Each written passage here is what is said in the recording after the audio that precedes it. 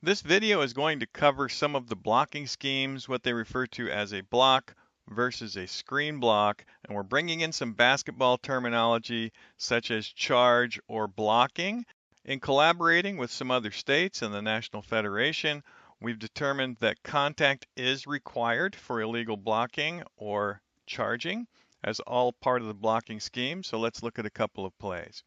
This first one involves crossing in front of the quarterback. It's the slot receiver on the far side coming over, crossing in front of the quarterback.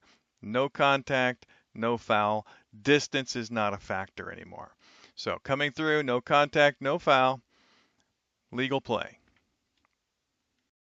Sticking with the same theme, this is another crossing in front of the quarterback play. This is the nearest receiver on our side. You can see that she goes in motion. There's a little bit of juke toward the defender, but there's no contact. Distance is not a factor. There's no foul. This next play is more of the same, except that the crossing receiver gets there a little bit late. We treat this as coming back toward your own, or somewhat similar to a blindside block. She gets in there. She's coming from an opposite direction. There makes contact. That is an illegal block by the offense. This next one's a little bit more complicated, and I've highlighted the two receivers involved, the outside and the inside. They both go back toward the quarterback in screen types of plays. The first one is a miss. The second one is a hit. So the first one, no foul. The second one, because she runs straight into her, makes contact. It may not be super forceful, but it is body-to-body contact. So we are going to consider the first one legal, even if there may have been a brush with the hand. We're looking for substantial contact. If the brush with the hand would not be enough, unless it knocks the defender's arm away. But the second person who comes in definitely is a body shot. There is contact. You can see her lift up off of her feet. That one is a foul. Going to show you two plays from the same game. The first one, the blocker moves forward. Does make her a little suspect if there's contact, but she plants and spins away. Even if there's a little juke to fool the rusher, not illegal because there's no contact. This is a legal play. We're going to move into the second one. Very similar setup.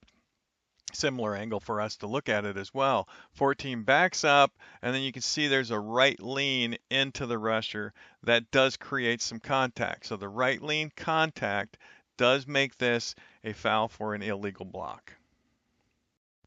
Staying with the same theme of the pocket blocks, this one's on the defender. So you can see the defender comes in, the blocker for the offense is moving straight back, and the defender plants the right foot, cuts right into the blocker. That's initiating contact, so that would be a foul against the defense. I kept this play going because this is a great example of incidental contact. Everybody's going up for the ball. They're coming down on top of each other and around each other. There is substantial contact here. But because they're all playing the ball, all have rights to the ball, all of this contact is incidental, so none of it constitutes a foul. This is another play where we have a defensive charge on the play. You can see that the person right near the center just goes straight in. I know the clarity on this video is not as good, but they come straight in and engage a stationary blocker in the backfield. That is a foul on the defense for the charge. This next play is an example of incidental contact because the defender comes in, the blocker is retreating perfectly, puts her hand and just touches to kind of feel where the blocker is and cuts inside. This is incidental contact and not a foul. The last example I have for you is accidental contact. And when you have accidental contact, you figure who's at fault. So in this case, you can see the center is coming straight down the line, looking back at the quarterback. There's a handoff in the backfield, but a pass is still possible.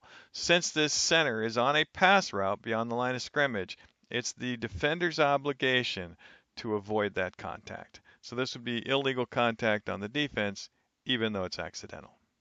That's going to do it for this video. Hopefully it helps. Hopefully you enjoy it. If you have any questions, feel free to reach out to me. Thank you.